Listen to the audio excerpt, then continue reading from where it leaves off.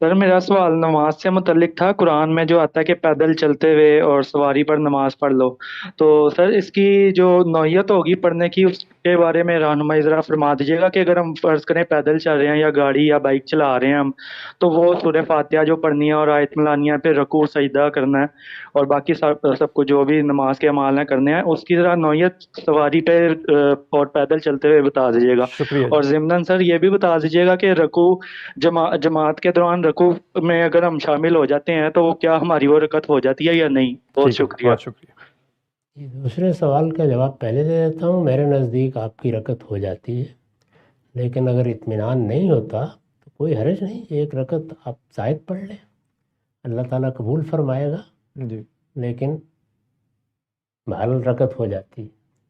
جو پہلی بات آپ نے پوچھی ہے اس میں یہ گزارش ہے کہ ہر سواری کی نوعیت الگ الگ ہوتی ہے۔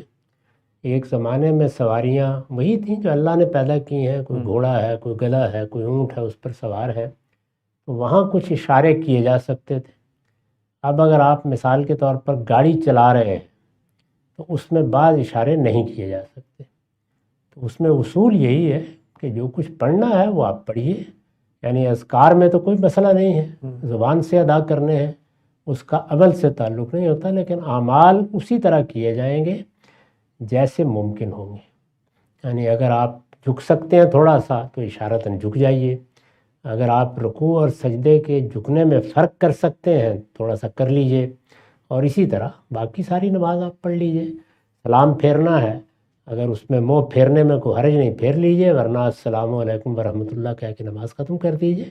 تو اس کا تعلق اس سے ہے کہ آپ کس صورتحال سے دوچار ہیں۔ اب مثلاً جہاز میں بیٹھے ہوئے ہیں، یا آپ گاڑی چلا نہیں رہے، آپ اس کے پیچھے بیٹھے ہوئے ہیں، ساتھ بیٹھے ہوئے ہیں، پھر سارے اشارے کرنے ممکن ہوتے ہیں۔ جی تو اس کا تعلق اس سے ہے، جو آپ کی صورتحال ہے اس کے لحاظ سے پڑھ لیجئے، اللہ تعالیٰ قبول فرمائے۔ بہت شکریہ سر۔